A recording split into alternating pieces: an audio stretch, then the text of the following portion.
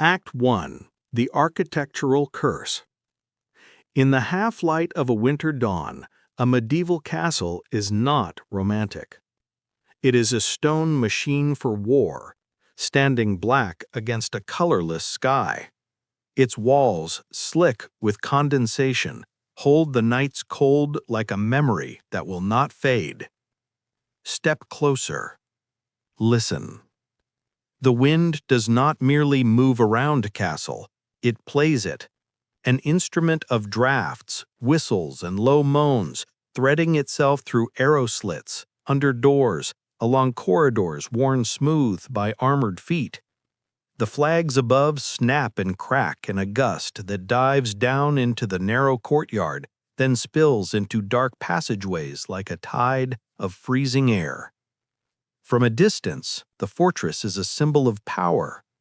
Inside, it is a contradiction, a place built to protect people from enemies, yet unable to protect them from the most common adversary of all, the cold. Stone, the unforgiving giant. Castles were, above all, stone. Thick, monolithic walls, 2, 3, sometimes 4 meters deep, of limestone, sandstone, or granite. In summer, these walls felt reassuring, cool beneath the touch, inert, stable.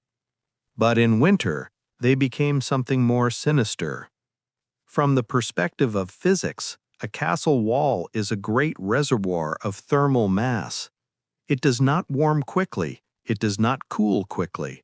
Instead, it carries the memory of the season before. By November, after weeks of shortening days and sinking temperatures, the stone has surrendered its stored summer warmth. Each night it gives up more heat to the icy air outside and to the breath of those within. Each day, the feeble warmth of firelight probes its surface, but cannot penetrate its depth. The walls become cold sources, radiating chill into rooms like vast, inverted hearths. Run your hand along the interface of a tower wall in midwinter. Moisture beads on its surface. The wall is damp, always damp, because the air inside is just warm enough to hold a little moisture and just cold enough that this moisture condenses on the stone. Touch it, and your skin recoils. You feel not just cold, but the sensation of your body heat being pulled away, swallowed by the masonry. The fortress that keeps enemies out refuses to keep warmth in. The curse of the arrow slive. Defensive architecture has a climate. The arrow slit, narrow, elegant from outside, mere slivers of light in a vast facade, was born not from aesthetic preference, but from necessity. The castle's strength depended on controlling what could pass through its skin. Enemy arrows, siege projectiles, scaling ladders, all these had to be kept out. Air, unfortunately, could not be. Each embrasure, each murder hole, each tiny opening in the defensive shell is also an opening for the wind, and in winter, the wind is relentless. Imagine a curtain wall rising above a steep slope, exposed to the prevailing winter gusts. Cold air presses against the stone, searching for entrances. Where it finds an arrow slit, it pushes through, squeezing itself into a narrow, fast-moving stream. The slit becomes a nozzle. The air, compressed and accelerated, whistles into the interior with more speed than outside, a miniature windstorm in its own right. In a firing gallery, where archers might one day stand to send volleys of arrows into an attacking army, no battle is being fought this winter morning. The only arrow that flies is invisible, a shaft of icy draft that slices through the dim space from stone aperture to opposite wall. Those who walked these corridors learned the pattern of such drafts instinctively. There were places along the wall where the cold could cut straight through wool and linen, through leather and fur, and find the skin beneath. Servants moved quickly past them. The old avoided them. Children knew them as haunted spots, as if ghosts lived in the stone. But the true ghosts were the forces of physics and design. Decisions made in the name of defense paid for every winter in breath and shivers. Arrow slits, so vital in siege, were merciless in frost. The Great Hall and the Failure of Fire. To enter the Great Hall is to step into the castle's heart. It is a long, high chamber with walls that soar upward to rafters lost in shadow. Here the Lord holds court, dishes out justice, hosts feasts. Here the castle's inhabitants gather when duties permit, seeking not merely food and social contact, but warmth. In one wall yawns the massive hall fireplace, a stone mouth, tall enough for a man to stand in, deep enough to swallow whole logs. A great timber burns within, flames crackling, embers shifting. Smoke twists upward into a hooded chimney. It looks impressive. It sounds impressive. It is, for heating purposes, almost a failure. The problem is scale. Heat radiates efficiently only over relatively short distances. A fire in a massive hearth will warm those who stand close, faces flushed, hands outstretched, boots steaming where snow has melted off. But a few steps back, the heat drops away. Beyond a certain point, the Great Hall is almost as cold as the courtyard. Why? The physics is simple and cruel. The huge stone fireplace radiates heat from a relatively small hot surface into an enormous volume of air and stone. The hall's high ceiling traps warm air far above anyone's reach. Drafts from doors, arrow slits, and ill-fitted windows constantly stir the air, preventing the formation of stable, warm layers at ground level. And the ever-hungry stone walls drink up heat. Most of the fire's energy does not remain in the room. Much of it pours straight up the chimney with the smoke, escaping into the winter sky. The flames roar and flicker, but a large fraction of their power is lost, sacrificed on the altar of open flue design before chimneys were truly efficient. Listen closely. Beneath the comforting crackle of burning oak and beech, you can hear the faint suction of the chimney's pull. Warm air, drawn upward and away, feeding the draft that keeps the fire alive even as it steals its warmth from the room.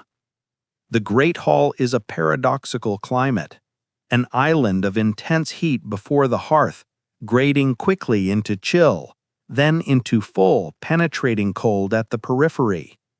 At the far end of the hall, beyond the reach of the fire's rays, the stone bench beside the door is rimed with a delicate, thin frost in the mornings. The tapestries on the walls stir in invisible currents of air, their woven scenes, saints, hunts, battles, shivering as if animate. The fireplace, grand and symbolic, is less a solution than a gesture. Winter physics in a stone world. In a medieval castle, the science of winter is not abstract, but tactile. Cold is experienced as a kind of pressure, at the joints, in the lungs, along the spine. The floors are stone flags or packed earth, often damp, always cold. Bare feet on them is an act of bravery or desperation. Even through leather soles and woolen hose, the chill creeps upward, numbing ankles, stiffening knees. The castle's logic is defensive, not domestic. Every feature that strengthens it against siege, thick walls, elevated rooms, narrow openings, high ceilings, conspire against warmth. Inside such a structure, you do not conquer winter, you endure it. And so the inhabitants of these stone fortresses began to adapt, not by altering the great architecture, too costly, too slow, but by creating small, intimate pockets within its unyielding shell. They learn to live not in the castle as a whole, but in the microclimates they could craft within its unyielding shell. The bedroom, above all, became such a sanctuary. Act 2. The Bedroom Cocoon. Step away now from the echoing expanse of the great hall. Climb a tight spiral stair, the kind that turns always in one direction to favor a right-handed defender. Your hand trails the center newel, polished stone, cool, and just a touch damp. Up here, the sounds of the hall grow muffled, a distant murmur of voices, a faint clash of dishes. The air changes too. It is no warmer, but it feels more confined, more still. Drafts have a different character in narrower spaces. They are less like gales and more like curious fingers. You arrive at a chamber door. A heavy wooden door, iron-banded, swells and shrinks with the seasons. In winter, it contracts just enough that a thin blade of icy air cuts underneath and around the frame. Whatever lies beyond must contend with this ceaseless trickle of cold. The latch lifts. The chamber and its seasons. This is the bedchamber of a lord and lady, or of a high-ranking noble family. It is not enormous by castle standards, smaller than the great hall certainly, but large enough that, untreated, it would be no less cold. The walls are stone, but much of their surface is hidden behind fabric. Heady hangings, wool, sometimes lined with linen, occasionally enriched with rare, costly silk, cover portions of the masonry. These tapestries and wall cloths are not merely decorations, they are primitive insulation. Behind them, the stone still sweats with condensation, but the cold they radiate is softened, captured in folds of textile.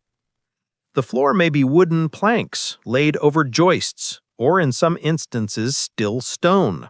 Either way, it is covered in layers, rush matting, woven carpets for those who can afford them, and scattered animal skins. Each layer lifts the foot a little further away from the raw chill. There may be a small fireplace in the chamber, but its size reveals its modest ambition. It may heat a corner, make dressing bearable, take the edge off the cold. It will not make this room truly warm. Warmth in this world is not a quality of spaces. It is a quality of closeness. The bed as fortress. Dominating the room is the bed. But not the open, low platform familiar to the modern eye. This is a structure in its own right, a small house within the house, a pavilion of wood and fabric known to historians as the great bed or testered bed. Its legs lifted a good distance off the ground, for the cold is heaviest near the floor, where drafts creep and linger. The frame is stout oak, carved and pegged, supporting a canopy overhead. From this canopy hang heavy curtains, wool, linen, sometimes velvet. They extend down on all sides, touching or nearly touching the bed frame below. By day, these curtains may be tied back, allowing light to fall upon the linens, letting the bed breathe. But as evening draws in and the temperature falls, they are loosened. The bed becomes a cocoon. Inside, another world begins. The architecture of layers. Approach the bed, draw back one curtain. Within, there are yet more textures, more layers. First, the mattress, a great stuffed sack, perhaps filled with straw, perhaps with feather down for the wealthy. It is thick but not soft by modern standards, and it has its own climate. Straw mattresses harbor damp and insects. Feather beds retain heat but must be guarded against mold. Both act as barriers between the sleeper's body and the cold rising from the bed frame and floor. Upon the mattress lies a sheet of linen, smooth, cool, and relatively easy to wash compared to the heavier outer textiles. Linen is a kind of quiet luxury. It does not insulate much, but it is gentle on the skin, a fine layer between flesh and the coarser wool and fur above. Then blankets. Wool in multiple layers, coarse for the bottom, softer for the top. Wool is the miracle fiber of this era, warm even when damp, relatively durable, and inherently insulating. The weave is close enough to trap air, the real secret to warmth. Over these woolen covers, perhaps another, a fur coverlet, the pelts of fox, squirrel, or in rare cases, ermine. Fur is decadent, but it is also practical. It provides exceptional warmth for its weight, trapping tiny pockets of air in each hollow fiber. At the very top, a bedspread of some heavier cloth, not the primary source of warmth, but a protective skin for the more delicate layers beneath. All this mass has a single purpose: to trap a small bubble of air. When the curtains are drawn and bodies lie beneath the covers, this air, warmed by breath and by flesh, will slowly climb from freezing toward bearable, perhaps not to modern standards of comfort, but to a temperature where waking in the night does not mean feeling the ache of chilled owns. Warming the cocoon. But before the bed can learn the heat of its sleepers, something must be done about its initial chill. On a winter night, the sheets themselves can be so cold they feel hostile. To slip into them unprepared is a minor torment. So the household employs tools of warmth. Brass or copper warming pans, long-handled with perforated lids. Inside, embers from the hearth or hot coals are placed. The pan is then slid between the bed's layers, moved back and forth, gently, cautiously. The metal hisses slightly as it meets any trace of moisture in the fabric. Heat spreads, a fleeting luxury. In less elaborate households, a simpler method is used. Hot stones, warmed in the hearth, wrapped in cloth or placed in small boxes and nestled near the foot of the bed. They radiate their heat slowly, gently, numbing the shock of first contact. These measures are imperfect. The warming pan cannot be left too long in one place, lest it singe the linen or start a fire. The stones cool through the night, but their presence early on is psychological as much as physical. The bed feels prepared, its hostility blunted. There is also a human contribution. Sleeping fully armed against the night. The medieval bedchamber is not a place for bare skin. In winter, most people do not undress to sleep. They do the opposite, layer up. Linen shifts, woolen tunics, sometimes even hose and caps. Sleepwear, as a distinct costume, barely exists. One sleeps in what one has, adjusted for the season. A nightcap is common, not as quaint fashion, but a sensible necessity. The head, exposed above the covers, can lose heat quickly in a cold room. A simple woolen or linen cap retains much of that warmth, preventing headaches and the chill that creeps into the skull and neck. Hands may be tucked beneath the covers or into sleeves. Feet, always vulnerable, are drawn close to the body or to the heated stones. These bodies, wrapped and layered, are themselves heating engines. In aristocratic beds, more than one person often sleeps not merely for companionship or marital duty, but for warmth. Husband and wife share heat. Children may be tucked in with parents or siblings. Servants sleep together in truckle beds or pallets nearby, huddling for survival as much as for comfort. In these tight quarters, breath steams in the dimness, forming faint clouds before being swallowed by the bed's microclimate. The air inside the curtains grows warmer and more humid, while the air just beyond them remains raw, cold, and indifferent. There is a border here, measured in inches. Outside the curtain, the fortress of frost. Inside, the cocoon. Microclimates in a vast chamber. The bedroom itself is not a single uniform temperature. It is a patchwork. Near the hearth, if one exists and if fuel is plentiful, there is a small warm zone where a chair might be pulled close for reading, sewing, or shared conversation before bed. Beyond that pool of firelight, the temperature drops sharply. In the corners of the room, in the shadows between furniture and wall, the cold settles like a tangible presence. Frost may gather on the inside of window shutters. A forgotten ewer of water, left uncovered on a table, may freeze lightly overnight.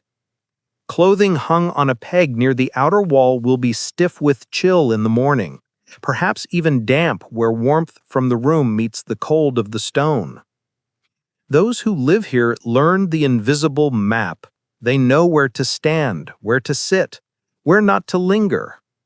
They understand that warmth in this environment is local, temporary, and fragile.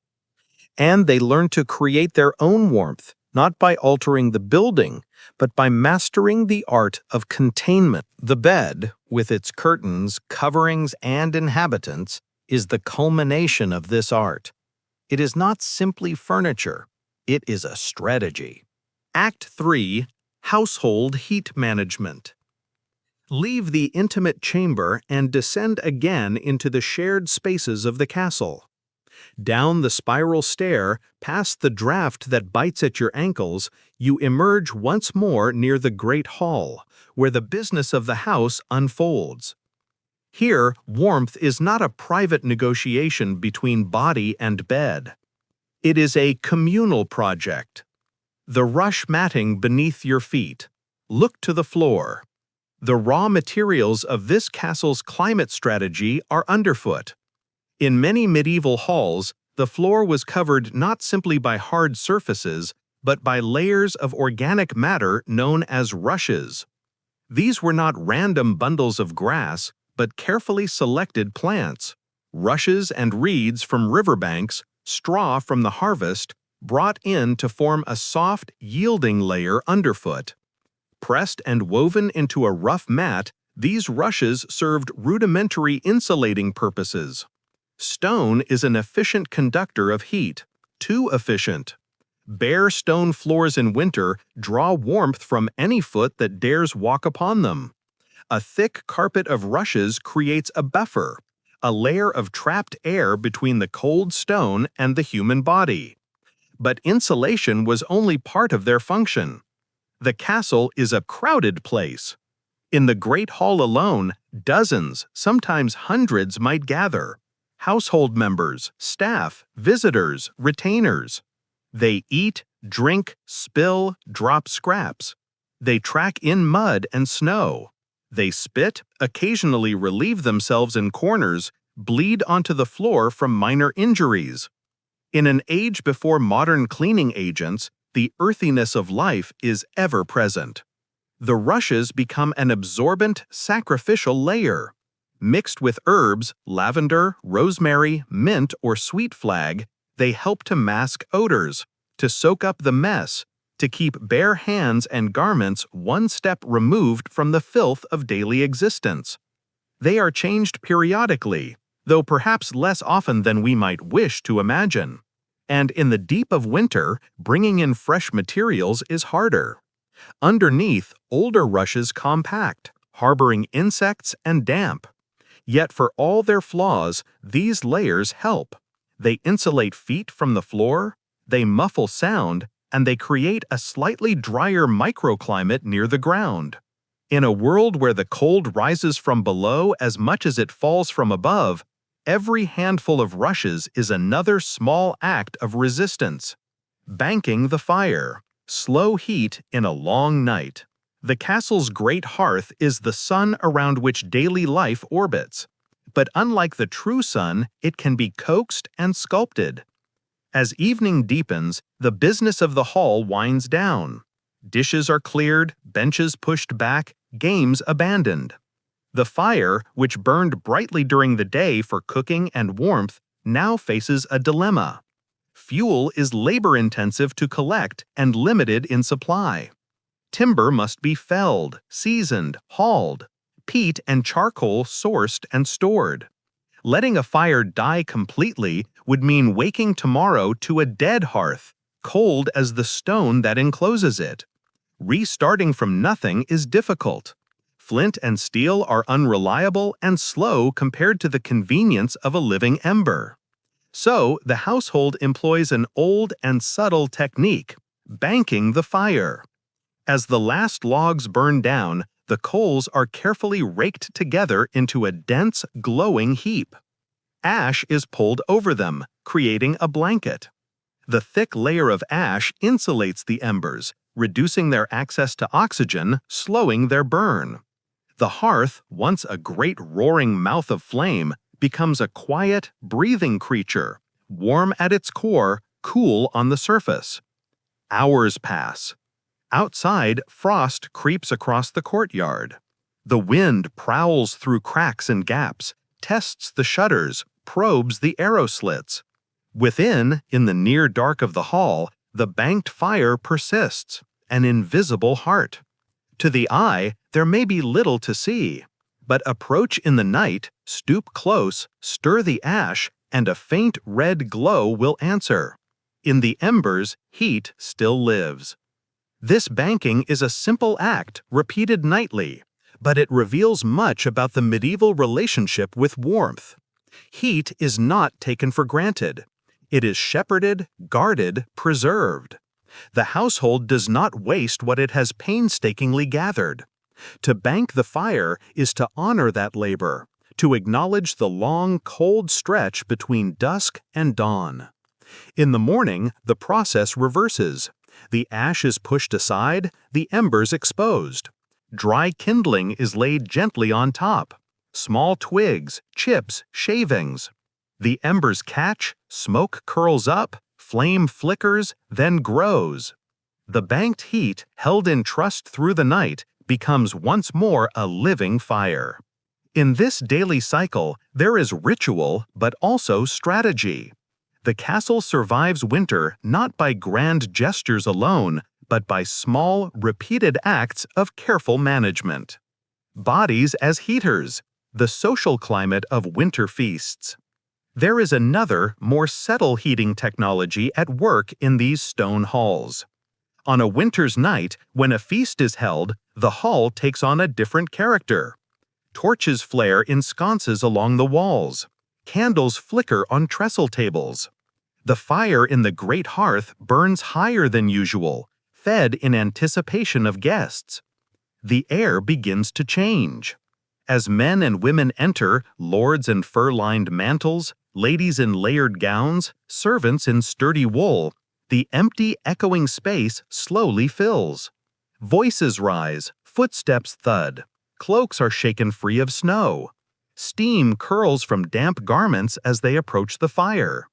Each person brings not only laughter, not only appetite, but heat. The human body produces a steady stream of warmth. In isolation, one's impact on a vast stone chamber is negligible. But in company, dozens, perhaps 100 people shoulder to shoulder, the effect is cumulative. The great hall, once a cavern of chill, becomes, if not cozy, then at least noticeably less bitter. Close to the board where the lord and his household sit, the warmth is best. Fire at one side, massed bodies in front, the radiant energy of both mingling. Further away, at the lower tables, retainers and servants still feel the difference between feast night and an ordinary evening. Their benches, normally cold, are warmed by those who sit on them, long into the night. Their breath heats the air around their faces. Their voices stir currents that distribute warmth. The feast itself is a kind of thermal event. Hot food, stews, roasts, thick pottages, arrive steaming. Hands wrap around cups of ale or wine, around bowls of broth. Each mouthful warms from within, deep in the chest and belly, pushing back the cold's invasion. This is not accidental. Winter feasts, saints' days, gatherings around the Yule season, These are not merely religious observances or excuses for merriment. They are survival mechanisms. They concentrate bodies in shared space. They justify the extra fuel burned in the hearth. They transform the castle's largest, coldest room into a temporary climate of collective warmth. When the feast ends and people drift away, back to private chambers and servants' sleeping pallets, the residual warmth lingers for a while. Then it thins and disperses, sucked up by the stone, dragged away through cracks, lost to the night. But for a few hours, the castle remembers what it might feel like to be warm. Solar versus hall, the microclimates of status. Not all cold is shared equally. Within the castle, warmth itself is stratified. The lord and his immediate family possess spaces that are not only more private, but measurably more temperate. One such space is the solar, a smaller, more intimate room, often located on an upper floor, benefiting from whatever weak sunlight filters through during the day. The very name, solar, reflects this connection to light. Architecturally, the solar is easier to heat than the Great Hall. Its volume is smaller, its walls more often lined with tapestries and wood paneling, its windows in wealthier castles glazed with small panes of glass or closed with tight shutters. A dedicated fireplace, though modest, can significantly raise its temperature, especially if doors are kept closed. Step from the Great Hall into the solar, and the difference is immediate. Below, in the hall, a servant stands near the outer wall, rubbing numb fingers together, breath visible in the air. A dog, curled on the rushes, tucks its nose under its tail. The fire warms only those who stand near it. In the shadows, a thin sheen of moisture gleams on stone. Above, in the solar, your boots press into a floor covered with finer matting, perhaps even a woven wool carpet. The walls are closer, the ceiling lower. The fire in the corner hearth gives off a glow that actually reaches the far wall. The air is still cool, but the bite has lessened. Here, fingers can write letters without stiffening. Here, a lady might embroider by the window, shawl around her shoulders, but not shivering. The temperature difference might be only a few degrees. But in an unheated world, a few degrees are everything.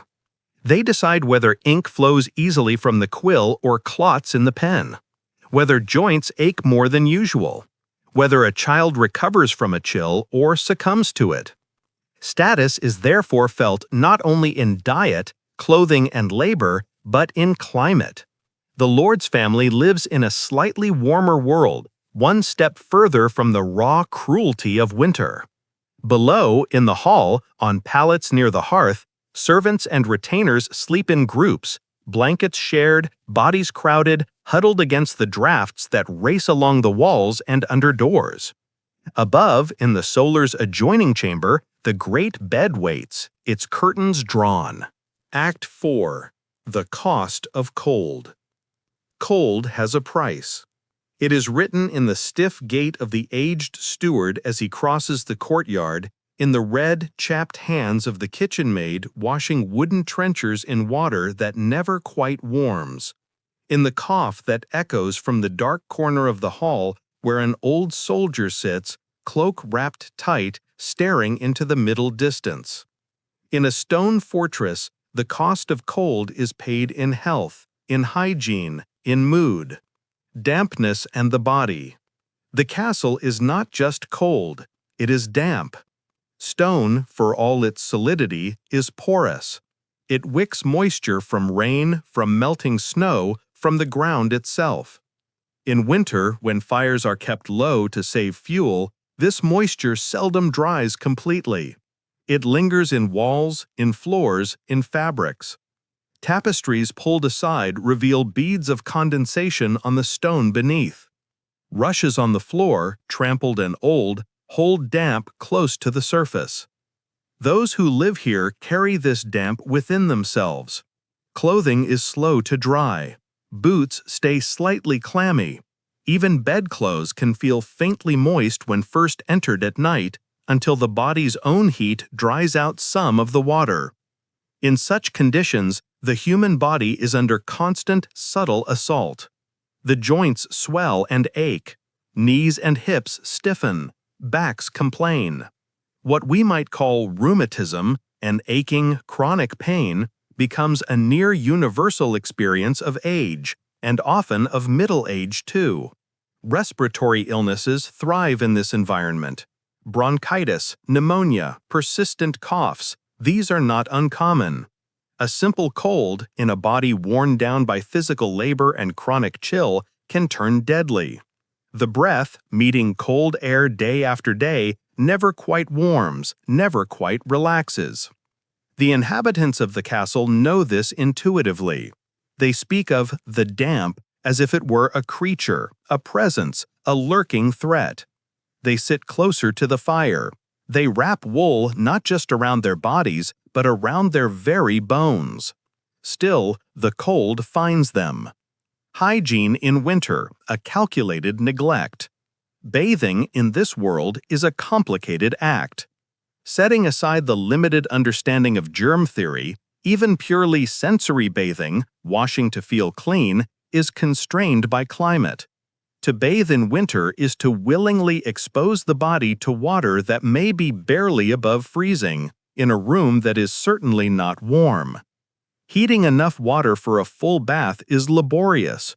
It requires fuel, time, and effort from many hands. For the wealthy, a large wooden tub may be brought into a chamber near a hearth. Water, warmed in cauldrons above the kitchen fire, is carried up in pails, sloshing and steaming until the tub is filled. The bather, stepping into the rare luxury of real warmth, feels their skin almost sing in relief. But what comes after? The bath ends. The water cools quickly. Getting out means stepping into air that will strip heat from the now wet body with ferocious efficiency. Towels, a precious commodity, must work quickly. The fire must faster. If they do not, the bather may be no cleaner, but certainly more susceptible to the cold than before. For the poor and for servants, daily life provides little opportunity for such indulgence. They wash the parts of the body most exposed, most in need, hands, face, perhaps feet, using basins of water that may never see the inside of a heated room. Full immersion is rare, reserved for special occasions, if it happens at all. Clothing, too, is washed infrequently in winter. To soak garments is to commit to drying them, and in a damp, cold environment, drying can take days. Hanging linens inside risks increasing the room's humidity. Hanging them outside risks freezing. The result is a compromise. Hygiene retreats. Smells accumulate. Underlayers of clothing remain unwashed for long periods.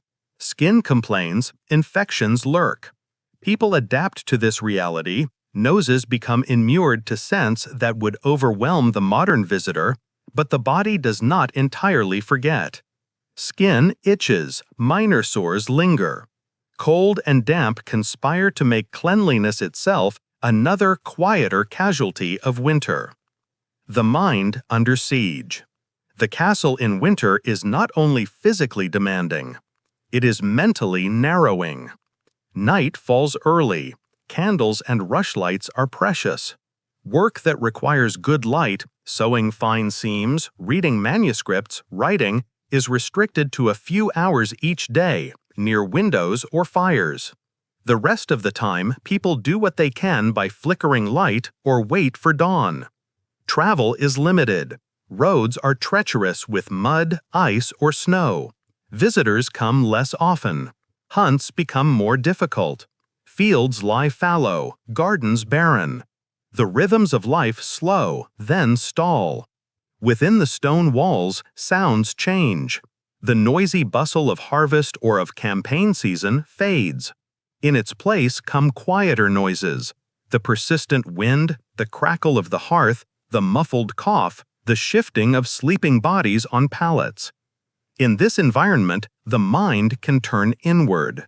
For some, winter is a time of enforced introspection. Reading, prayer, contemplation. Religious rituals take on added weight, the liturgical calendar filling the void of outdoor activity with processions, fasts, feasts. The turning of the year, Advent, Christmas, Epiphany, anchors time in a season that might otherwise feel endless. For others, especially those with few diversions and much discomfort, winter is a test of endurance. The constant sensation of cold, the ache in the bones, the repetitive tasks, the lack of light, all these can weigh on the spirit. There is no modern vocabulary for seasonal depression here, but its symptoms are visible across the centuries. Lethargy, melancholy, irritability. People speak of winter heaviness, of the dark months. They tell stories by the fire not merely for entertainment, but to push back the encroaching sense of time suspended. Yet the castle also contains counter-movements, forces that resist this mental narrowing.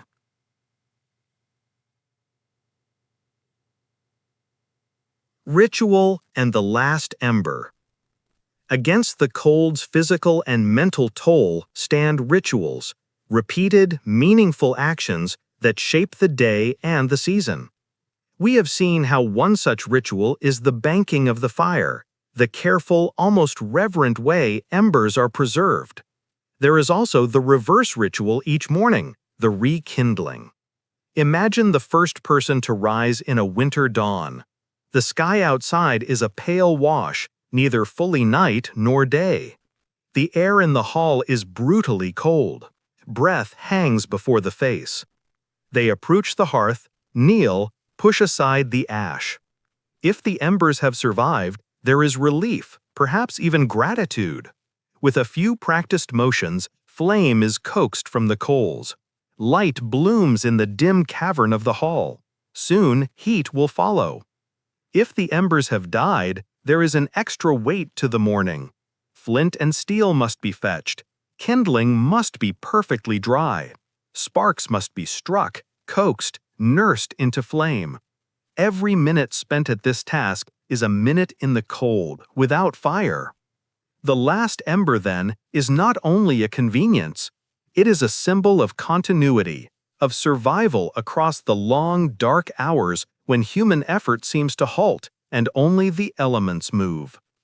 Other rituals cluster around warmth, the drawing of the bed curtains, the sharing of a bed on the coldest nights, the communal gathering for a winter feast, bodies close together, stories shared, the blessing of the hearth in religious practice, or the family's pause, however brief, to give thanks for a well-stocked woodpile.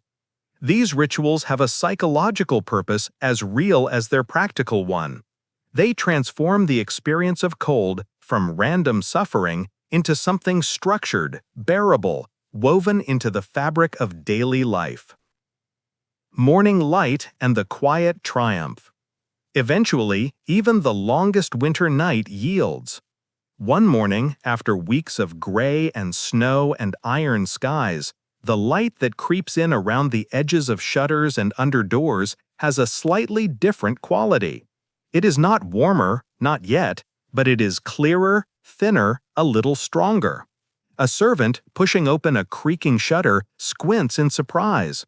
The low sun has a hint of gold in it instead of flat silver. Outside, frost still crusts the courtyard, but here and there, drops of water tremble on the stone where an icicle has fallen.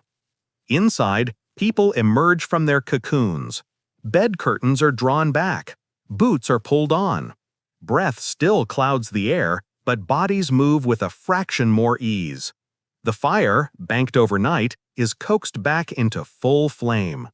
You can imagine, in this moment, a particular kind of relief. Not the loud, jubilant relief of victory in battle or harvest safely gathered in. A quieter kind.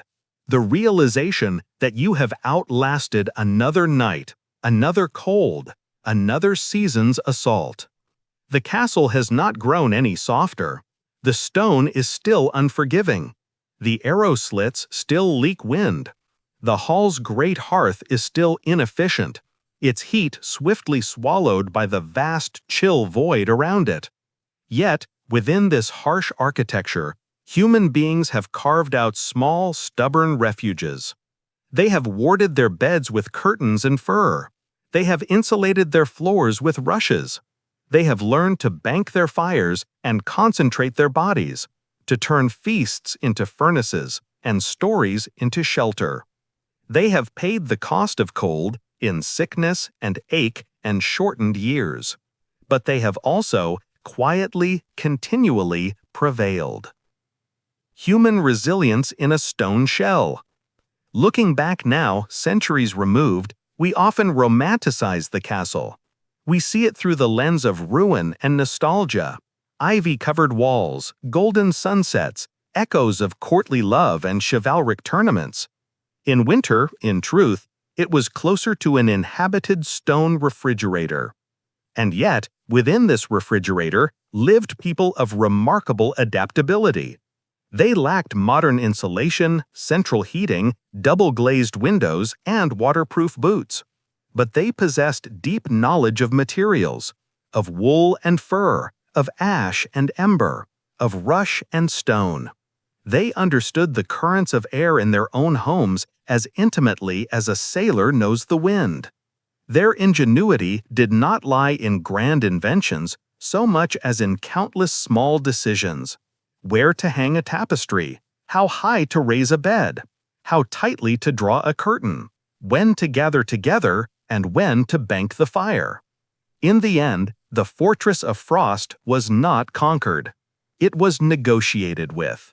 Every winter night survived. Every morning fire coaxed from its ash-covered core was a quiet testament to that negotiation, to the enduring human capacity to take a hostile environment and carve inside it a space not of comfort perhaps, but of survivable warmth.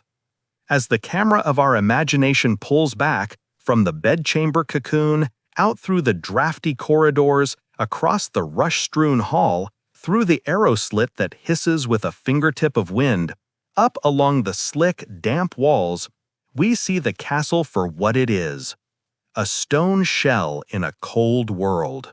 And scattered within that shell, like coals banked beneath layers of ash, small, glowing points of human endurance.